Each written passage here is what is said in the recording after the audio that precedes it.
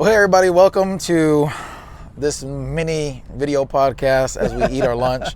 We're actually in Southern California today, and we wanted to talk about, a conversation that we just had with an industry professional who also makes, hardware for, Hollywood, bigger cameras, big Reds, big Alexas, and all that good stuff. Yeah. And so we had a conversation with him, and it was just a really good conversation, and where we kind of realize our place in the world, in the sense of, where do we stand? And I know that sometimes you'll see some of our sets and you'll be like, man, this is a lot of junk that you guys are bringing on set. Talking with this guy, it was like, man, we're actually really far down. And the way he was like, as he was looking at our stuff, he's like, yeah, you guys, you guys are, down there in Oh yeah, I'm sure this is great for making social content and stuff, and I'm like super cool. He's not talking down to us in any way, but just he's coming from he understands Hollywood. Where he's at and where we're at, and he understands our place in the market. Just like we also know our place in the market, but it's easy to forget being in a small market where we are, where we're one of the big fish in the small pond, and sometimes you just kind of forget that you're a big fish in a small pond, but as soon as you go to the big pond, you're a small fish again. And so it was good just to have that perspective, talking to him and remembering, yeah, that's right, we are not big fish. Even though we've got a grip truck, and we've got two of us, and we've got cameras, and we've got some lights, that's not big stuff. And the idea is what we're working up from. As I shared in my video, a few of them back, I talk about when we went from being full-time wedding videographers to what we're doing now, and it's a progression. We were doing corporate videos with one key light, one camera, to two cameras and multiple lights, and to where we are now. Right. But as we're still growing, we're trying to get to some of the productions that he's at and that he works on. But it was really great to kind of see that there's still a lot of room to grow. Because when we were talking about our budgets, where sometimes we're working with $10,000 to $20,000 to $30,000 budgets, he's like, oh yeah, on the low end. And we're like, oh yeah, the low end. And honestly, it's like where we came from, 10, 20, and 30 is like, man, that's high end. In actuality, it's very, very low end. Some of the equipment that he makes, and he's been on our, some of the larger commercials that you're going to see on broadcast television. So what that really did for us as we were talking is like, man, it just feels like there's so much to grow. Yeah, there's so many places we can go, and we have, like I said, grown a lot. When it's like it used to be just me with a GH4, Panasonic Lumix, Panasonic GH4, and a gimbal, and sometimes an LED panel, battery-powered LED panel. Young Nuo. And then a wireless mic, and that was like, this is nice. Yep. And that was my big package. So I bring a softbox for my LED panel. I bought an umbrella. Right. Well, I started with the umbrellas, and then I was like, this looks goofy, and I bought a softbox for it. It's exact same result, but whatever. So, we've made moves in our business, and I know, a lot of guys watching this are maybe in that spot we were in, where it's like kind of what we call the wedding videographer level. You may not be filming weddings, but it's the idea of it's a camera with a very small gear package, because it's more run and gun, and we still do some of that work too. But we've been trying hard to level up, because as we've looked at the industry, we've also looking at AI. That came up in our conversation today, with a guy, and it's like AI is going to replace certain things. So it's not going to replace everything, but the kind of content, and not even just AI, but phones, right? Because the small businesses who are like, I'll pay a guy with a camera and a gimbal to come out, are eventually like, well, I could do this on my phone. Yep. But they can't, take our whole grip truck full of stuff and do that on their phone. Yeah. So it's like we're leveling up, because it's like, in a sense, the tide is rising of what clients can do by themselves, whether it's with AI or with their phones. So let's get into the conversation, you and me. Yeah. So, how do you feel after coming away with that?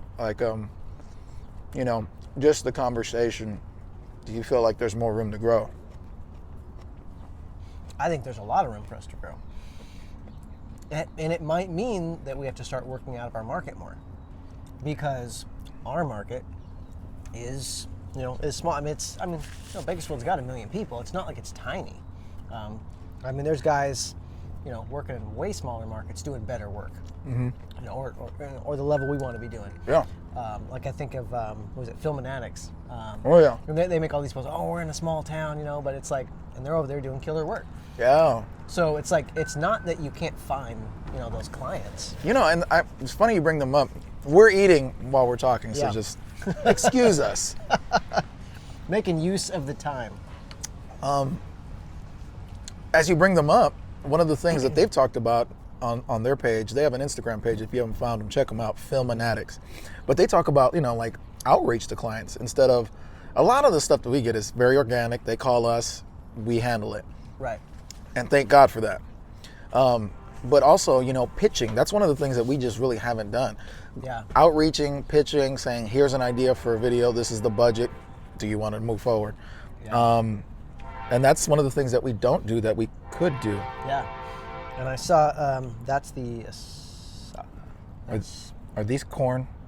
yeah, they're corn. Okay. All right. I looked at mine and I was like, this looks like flour. Wait a minute. Stop, Josh. Yeah.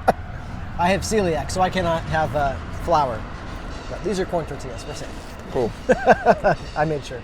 But Filminatics had put out something, I don't know, a year or two ago that we had seen on Instagram where they were like, hey, we pitched this, I think it was like a university. Yes. And they were like, hey, we made this pitch, and then we got the gig, and it was like 40 grand or something. We were just like, this is cool, we should do this, and we still have not done it. Yeah. There's actually a lot of passion projects that we say we were going to do. Now, Yeah. we just kept getting calls and we kept getting busy. I think, you know, this has been a season now where we're getting into the actual lull. It's funny how our business ebbs and flows. I've been hearing from some of you guys. I mean, I know David Winters, the Cranky Cameraman, put out a couple of episodes ago that it was one of the slowest first quarters that he's ever had in his entire career. I'm like, wow, okay, so it's not just us. Yeah. That's good to hear. I would really like to know if any of you guys are actually kind of feeling this drought right now. Yeah. What we're trying to do is to fill in that gap. Today is one of those days. You know, we're in Southern California. We obviously had some business to do where we got to talk to the guy, but we're about to just go and do a shoot, you know, somewhere close to the beach or something like that, and just kind of fill our time with filming stuff and just getting some work done in that way. But I'd like to know if you guys are dealing with that. But anyway, outreach, man, just like Yeah. and not necessarily cold calls, but like it's Well, good to know somebody, right? Pitching. Yeah. It's, you know, over the weekend, I hadn't even talked to you about this, but over the weekend, Emily and I had one of our little business meetings, which we haven't been able to do so much because she's been sick. But we finally had one. Like, hey, this is fun. Let's have like a 2-hour business meeting. And we're just kind of brainstorming, talking ideas. You know, Josh is all about this. Him and his wife, this is fun. Yes. Business people. Yeah. No. My wife and I will have business meetings for fun. Anyways, so I'm all excited. We got to have one. Anyways, so we had So the what meeting, came out of this fun? and of course, you know, because we're just strategizing, like, okay, what can we do? Because this is the slowest quarter we've had in a long time, and you know, just trying to understand, you know, what can we do? Because at this point, we've been really working hard to try to hold out for, you know, the 10K projects and stuff, and we've been holding out for almost a quarter. Yeah. And we've had, you know, like one of these projects come in this quarter, and so it's been very slow, and we're kind of just looking at the cash flow, going, okay, at some point we have to just start taking on smaller projects, and so we're trying to look through like what can we do to make that feasible, and it's like I hate that this. It's like the conversation always turns to, well, what's the cheapest thing we can do? Like how can we race to the bottom of the barrel? I'm just like, I hate that. Right. And so, you know, we don't want to do that.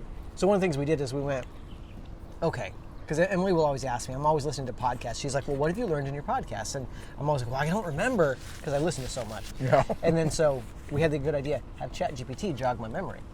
And so I went to Chat and was like, hey, what are some strategies, you know, when we're slow to help us out? And then it spits all this stuff out, and then I see the list it gives. I'm like, that's right, I remember. So-and-so talked about that, and da-da-da. Not that I'm listening to Chat for advice, but I'm using it to jog my memory.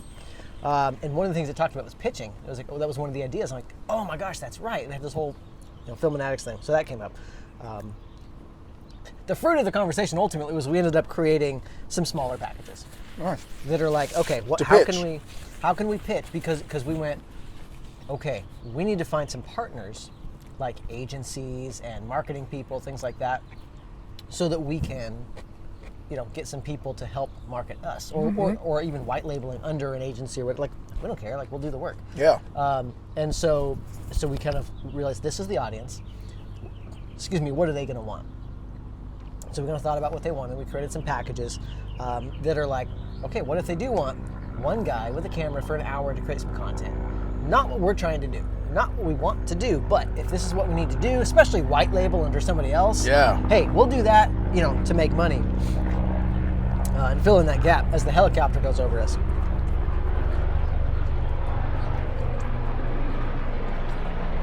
So if you're watching this and you're wondering, yes, they're very good. Delicious. So we came up with some smaller packages, kind of in the like 1 to 5,000 range, because typically everything we do is 5K plus. Yeah. And so I came up with some like 1 to 5K options. They're not going to hurt us. We can still make money, and so some of them are like just a guy with a gimbal because that's just what some people want. Yep. We try not to do it, but hey, if we're slow, we don't have to advertise it, but we can at least say, yeah, we have something for that. Mm-hmm. And then some like small versions of like what we did the other day for Priya. Oh yeah. Stuff like that, where it's like, okay, we can come out and we can give you a nice product, just a very small amount. So what that was vlog is going to come out on that one here soon. But what that was, sorry, I'm talking with my mouth full. I want to get some clarity. It was just a local businesswoman. She came and spoke in front of the camera. Now, we did a big setup just to make it look good because it's going to have our name on it. But Yeah. this can be done a whole lot easier with, a softbox, whatever. Yeah. But it was a really nice location, too. So it's like we had to go all out. And we didn't have anything else planned either. Right. We had done a trade show, and so we gave that away as a booth prize. Yeah. Like, hey, put your name in the hat, and we'll pick someone and give them a $1,200, 5 talking head videos, nicely produced. That's what it was. Because for us, it's like on the back end, we're like, okay, how can we make something that looks good, but it's very little editing for us? Because normally it looks good and there's a lot of editing. But if we're going to give it away, it has So to you be. put a limit on the time, and you put a limit on how many talking head pieces she could have. So we said it's going to be a 2-hour shoot, and you get 5 talking head pieces, which basically means we get 45 minutes to an hour to set up, so we can make it nice. They get 30 minutes on camera. We get 30 minutes to break it down and get out, which is reasonable for us to make a nice video. And then the editing is going to take us an hour or two just to go through. And it was teleprompted too, which Yeah. so there could be an argument as well, that's extra. Well, maybe, but if you let them go off the top of your head, you'll spend more time in post. So it's like I'd rather bring out the teleprompter and spend time doing that on set than having to deal with that in editing, because that just takes so much longer. Oh, yeah. Especially you have to splice and what all that. Yeah. Punch in. To do 5 or 10 takes with a teleprompter, it might take a little longer on set. But ultimately, if you're trying to get them to get 5 pieces off the top of their head, that's going to take even longer on set. Way longer. Unless they're good on camera, which most people aren't. Yeah, you already know that's a crapshoot. Yeah. Maybe they Oh, are. no, I'm Maybe they really aren't. good. Yeah. So yeah, that's a really great idea. Just kind of pitching and going out there. I don't know if you guys are following him. He's another creator out there. His name is Michael. I hope I'm not butchering your last name. Michael Mastasio, I think it is. If you spell it the way I just said it, you'll be able to find him. But he is a creator who, in his 30s, I think he said it was 35, he quit his job. He got his FX3 and he's out there to make content. And that's one of the things that he does. He goes into different businesses. Now he's starting from the bottom up as far as like he's creating a name for himself. Some of us already have a name out there, but so one of the things he's doing, he's going from business to business. And he's like, hey, I'd love to, for him, it's like, I'll demo it for free. And then after that, we can get on a month-to-month subscription basis for content. That's a great idea for monthly content retainers. Retainers. They're like, hey, let me come out and give you, because a monthly content retainer like that is like probably under $1,000. And so it's like, hey, let me come in and give you a sample. It's a Costco free sample. I'm gonna give you a free sample. That's a good one. And if you like it, then you can buy the box. and the box is the monthly retainer. Yeah. Because you're not talking about, let me give you a 3-minute promo for free. Because it's like, well, what are they going to come back and buy? Right. Yeah, nothing. Hope you come back around here again. Right. So you give away something that you can put on a monthly retainer. Yeah, and that's one of the things I've always said too, is like, it's better to give it away for free than to discount your quality, product, because that's just going to cheapen the product. And in their eyes, they're never going to see it as it being worth what it actually is. So don't discount the product. Give it away for free. Just because the next time you come to me for it, it'll be full price. If it's a friend or something like that, that's obviously different, but it's not a discounted product. So, yeah. But just to jump on the pricing thing, I already forgot who it was. I was browsing Instagram and I just saw a guy talking about pricing, another production guy. I wish I could remember who it was, but he was saying, like, I have different rates for different things. He's like, I used to just have one. You've probably seen this video come in your Instagram feed. He's like, I just used to have one day rate, and now I realize like I need to have different day rates, because it's like I've got my rate that I typically would give to production, but if I've got buddies, I have a buddy rate, and then I have like a small business rate, which is different than my full rate. Like you realize like, okay, you need to have levels to your rate. Like you might be doing the same thing for all those different rates. there's levels to this game. But I feel like I'm too dark. rather than just different qualities. Oh my gosh. Hey, look at that. So now that we're properly exposed, It's better than being unexposed. yeah, unexposed or exposed. What was I gonna say? Anyway, so outreach. That's a really great takeaway. But outreach is something that chat had thrown that up, and I was like, oh, we should probably think about that. Because especially for the bigger clients, like that's not a thing for the clients who are looking for a $1,500 social package. Like you're not pitching those clients. You're pitching the 10, 20K plus clients. Yep. And so that's the work we want to do. So maybe, yeah.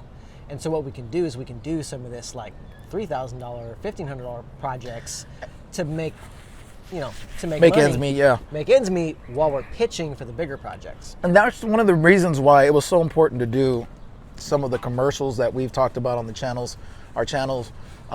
We've done some free work. We've done some passion projects. We still have some in waiting. I forgot that total figure of speech. Mm-hmm. We still have some in the pipe, I guess, that we want to do. Today being kind of that. But in the future we also want to do some more passion projects. But when they're in the portfolio, now we can actually like, okay, we could shop this idea to a company and they could be like, if they like it, cool. Well, what have you done? We've done this, and we can show them. We have some, obviously we have a portfolio, Right. but we want to make, obviously, what I'm thinking about when I'm thinking pitching, I'm thinking pitching commercials. Because if we're pitching a brand film, You're pitching an advertising piece. yeah. Because if we're pitching a brand film, we have that already in the Right. folder, so they could take a look at anything we've done, and that should be good enough. But for commercials, we've done like a couple, and I would like to have like maybe 2 more, especially ag related. Well, right, because we need a greater range, and then we need to also have commercials targeting the people we want to target. Yeah. And we're in the Central Valley of California, so I don't know. We feed the world. We feed the world. We have a brand called Wonderful. Used to be Paramount, and they are literally in our backyard, as far as the neighborhoods and that we live in. Wonderful fruits, halos, all that. It's a huge brand, and all of their their fields and their orchards and all of that is literally in our Central Valley. I mean, there's probably a dozen global ag companies here. Yeah. So And lots of them not that are- to mention Yeah. oil companies as well. Mm-hmm. So it's like we have a lot of these companies in and around Bakersfield that have deep pockets that need higher quality video as part of their wheelhouse. Right. But again, especially with Wonderful, them being a Fortune 500 company, they own many companies, not just Oh, yeah. the one. One Yeah. of their companies actually does go through agencies and gets commercials produced, but Wonderful itself doesn't. Well, So Wonderful has their own in-house advertising agency. That's the Wonderful Marketing Agency. Yeah. That does all their stuff. which they can contact us. This is where we Right. want to get in at. We actually had one of our buddies who were they contacted him to do photos in their orchards, and I'm like, well, then we can get on that list for video, and that's what we want. We would love to get in with some of these bigger. So the point that we're saying is, for the passion projects, we could actually do something like that. We've had this farmer ad in our head for the last 2.5 years. We'd love to get that done, Yeah. and then shop it around, see what we could get. But anyway, I mean, to kind of top it all off, because we're ending lunch here, we're getting to the end of lunch. Just kind of realizing our place in the world, knowing that there's still room to grow. Yeah. That was the big takeaway, I think, from that conversation, is like remembering the humility of like, that's right, we're the small fish, Yeah. not the big fish, which is like, we know, but we have to be reminded. Yeah. Because in our market, it can feel like, we're big. And it's not necessarily we're the biggest dudes in the room. We Not have biggest, Yeah, no. we have a monthly meetup with other guys, and they're just as big. But it's like most everybody else is what we were, a guy with a gimbal, or a guy with a softbox, and we're doing corporate videos, which is perfectly fine, and you can make a living off of that. But as we're moving up the ladder and we're seeing it, seeing ourselves grow, it's good to be, to see that other aspect Right. of it. One of the points he did make, and we didn't talk about, so we'll talk about it right now, Let's do it. is the fact that he was like, yeah, well, you guys are kind of taking over the world, in the sense of more clients for video production are coming back to A small production company instead of a large huge, production. yeah, a huge commercial, whatever. And the budgets are because he was even talking about that used to be run of the mill. It was like everybody was getting $1 million commercials. Now you're only really paying that for the Super Bowl. Yeah. And it's like, because Well, they can come to us And he made a great business point on that, which is they're diversifying, they're spreading out the risk. that was a really great point. Because it's like, Investing. yeah, just like, because businesses are no longer saying, well, let's put all of our eggs in this $1 million commercial basket. Let's make a whole bunch of content and see what works. And Neither I'm would like, we. For yeah. our retirements, we're not gonna. Let's all put it in IBM. Yeah. We're gonna diversify and put it in a bunch of different places so that it'll grow Yeah. slowly over time. And so it's like influencers. And it made a ton of sense. Like, I hadn't actually thought about it from that perspective. Well, we were talking about at our meeting, our videographers meeting, not videographers, but our video pros meeting, video pals. Video pals. And we were actually talking about, we kind of ended talking on that note, talking about how a lot of advertising agencies are going straight to influencers now. Why bother with the old media when my money can stretch and get in front of people? And we were talking, one of our buddies works for a huge YouTuber, a very large YouTuber. Yeah. And our buddy is like a professional DP. He's worked in Los Angeles, worked on some Lionsgate films. So not a small namer at all. He's got experience under his belt, and he's working for a YouTuber because Yeah. that's where it's going. That's where the money's at. And the fact that there was like, they didn't even call him up to like do this ad for this big company. He was like, pulled out my phone and did the ad read, and Right. that was it. And we were just kind of blown away, but talking about, yeah, that's where your money's going to go. It's going to get better spent as a company going through influencers rather than putting it on an ad where somebody could just skip it after 5 seconds, or making you sit through it on YouTube and you really don't want to watch it. So that was, a real eye opener in the sense of it's not going in the same way. So, and we were just talking about, he brought that point up. Yeah. Yeah. So diversifying, that's a thing. And just to cycle back to a previous thing, it's like more agencies. Are you gonna eat that? Because I'm gonna eat a taco if you're not. You go for it. More. You're gonna eat that? As long as I don't have to share it with you. I'm just gonna have this one, so that's all you. More Sorry. More I keep cutting you off. agencies are starting to get in-house video teams, Yeah. because why not? Because the tools of production are getting cheaper, the technology is getting cheaper, and they can just get an in-house production and do that. And for us, if you're a freelancer, there's security there. Right. So it's interesting talking, today, our conversation, where it's like we're thinking about how we're over here trying to go up the ladder, and he's like, yeah, everything is coming down. Yeah. That's basically what he said. He's like, you're good where you're at, you know? Yeah, like, yeah, the work is coming to you guys. He's like, guys like me are not getting this work. The work is going to guys like you. And he was, kind of talking to us about, it's kind of like, talking to us a little bit about our business and our, kind of essentially doing some market research for his product, because he makes a very high-end product, and he's just kind of like, I'm interested, like, would you guys, like, what would you guys buy a version of my product in your, what would in you your be willing to space? pay? Yeah. He's like, what would you guys be willing to pay for a version of my product catered to you? It's like, oh yeah, it's like, we've seen your product, it's amazing, but it's just not for us. No. Yeah. So it was interesting. Hopefully we'll have more talks with him. We're probably gonna. Yeah. So we're not trying to keep it a secret or anything, but we'll probably talk about it more around Yeah. NAB. We'll have him on Yeah. the channel, both of our channels. Yeah. But it's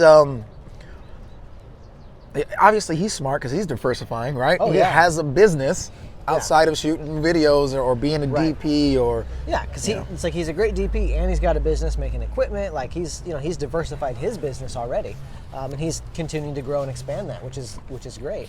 And he recognizes this smaller segment.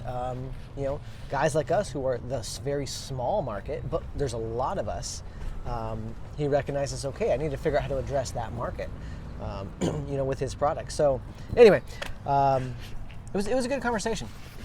It was a good conversation, and it kind of got us thinking, help us remember our place in the market, because it's easy to forget when you're in a small pond that there are bigger ponds. Which was what prompted this whole podcast.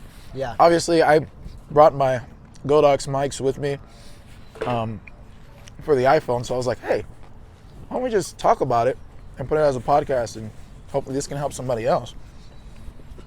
My takeaway was like, look, there's still a lot of room to grow, so we're not there yet, and we knew that. Oh yeah. But how high the ceiling was, that's like, oh yeah, reality check, duh. But at the very same time, that also gave me encouragement too. Sorry, talking with food in my mouth. That also gave me encouragement too, because it was like, a lot of the business is going to be going to you guys anyway. It's kind of going to you guys. I'm like, okay, Yeah. that's a little bit of encouragement there, so we can, Because we, in the same way, and I think you too, see that same downward motion, where we see the kind of work we're trying to do going to, what we call the videographers, which is just the guys with a camera. They're not bringing a big gear package. There's nothing wrong with that. But we just kind of call that the videographer, and it's like the work that we're trying to get is shifting to the videographer. And we're like, hey, but he's like, no, our work is shifting to you. And so it's like, okay, no, there is a lot, of work coming that way. things are just getting juggled right now. Yeah. But it's still a thing. It still absolutely is a thing. And we just got to, kind of pivot with it. But it's good to know. Mm-hmm. So, yeah, that's pretty much it. I'm done with my lunch, so I don't know about you, Josh. I'm just kidding. I still got to keep going. I'm trying not to talk with food. Right Yeah, now. I know. So, but that's it. If you're not going to NAB, man, maybe not this year, but maybe next year, how do you get the passes? Okay. So NAB is fantastic if you've never been. Yes, it's about let's go look at gear, but it's also about networking, building relationships. Yeah. And we went last year with the intention of networking, building relationships, and we felt like we kind of weren't very good at it, but at the same time, we did forge a couple meaningful relationships. Yeah. And one thing I've learned in almost, 13 years of being in business, quantity of relationships is not as important as quality.